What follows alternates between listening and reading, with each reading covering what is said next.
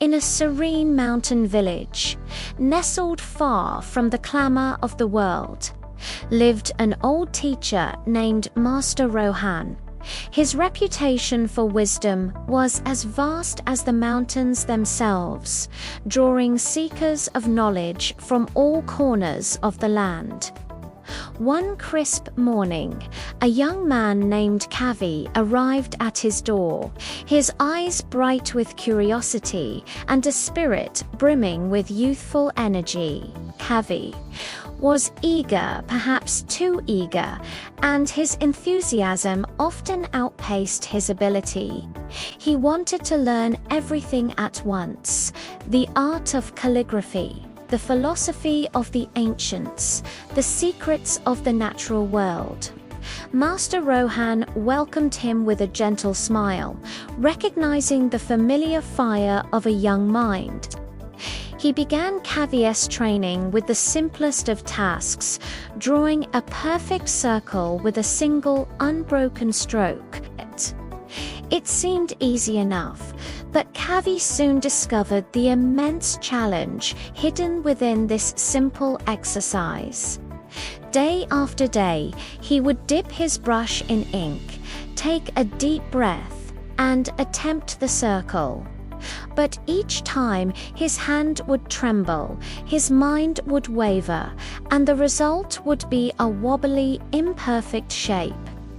With every failed attempt, a heavy sigh would escape his lips, followed by the familiar, defeated whisper, "I can't do this." The pile of crumpled papers grew beside him, a monument to his mounting frustration. One morning, after a particularly shaky attempt, Kavi's patience finally snapped. He let out a cry of frustration, threw his brush down, and crumpled the paper in his fist. He was ready to give up, convinced that this task was simply beyond him. He looked up at his teacher, expecting a reprimand or perhaps a look of disappointment. Instead, he saw Master Rohan smiling, his eyes twinkling with a gentle light.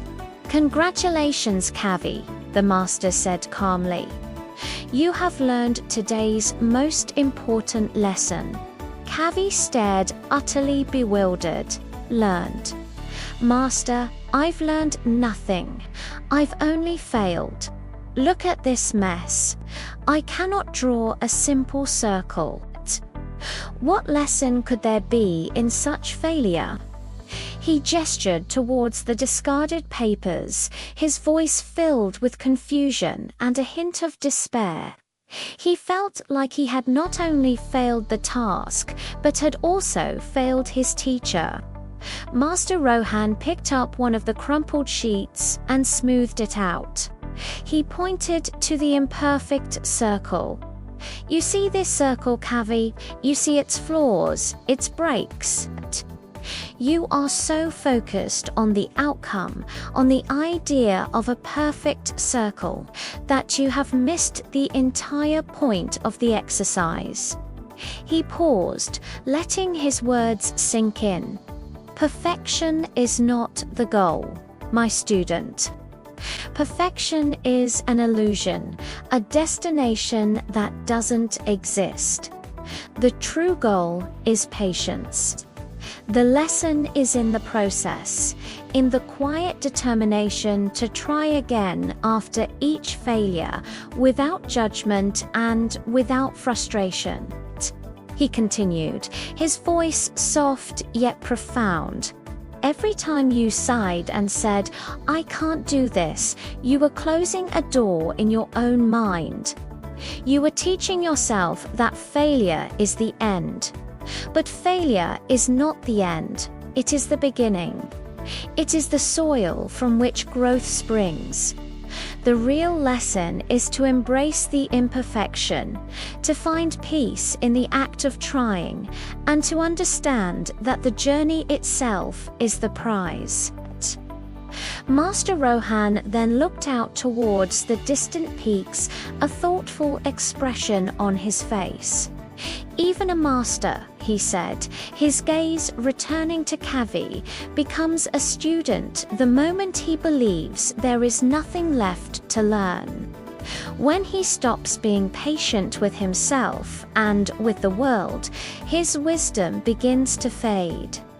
Today, your frustration has reminded me of this simple truth. In your struggle, you have become my teacher. These words struck Kavi with the force of a revelation. He looked at his hands, at the ink stains on his fingers, and then at the pile of discarded papers. He had been so obsessed with achieving a flawless result that he had forgotten to enjoy the simple act of creating. He had seen his mistakes as signs of inadequacy, not as steps on a path. From that day forward, Kavi's approach transformed. He no longer sought perfection. Instead, he sought peace.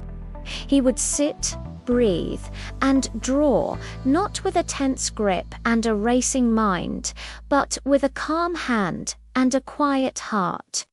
He observed the way the brush moved across the paper, the way the ink spread, and the unique character of each circle he created.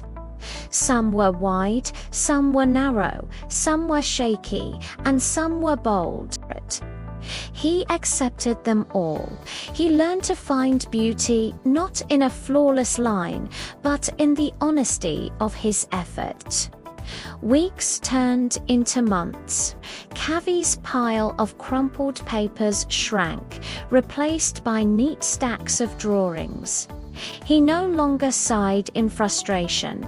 Instead, a quiet smile would often grace his lips as he worked, lost in the meditative rhythm of his practice. But one tranquil evening, as the sun cast long golden shadows across the room, Kavi picked up his brush. He dipped it in ink, took a slow, deep breath, and with a single fluid motion, he drew a circle on a fresh sheet of paper. He looked down at his work. The circle was not geometrically perfect.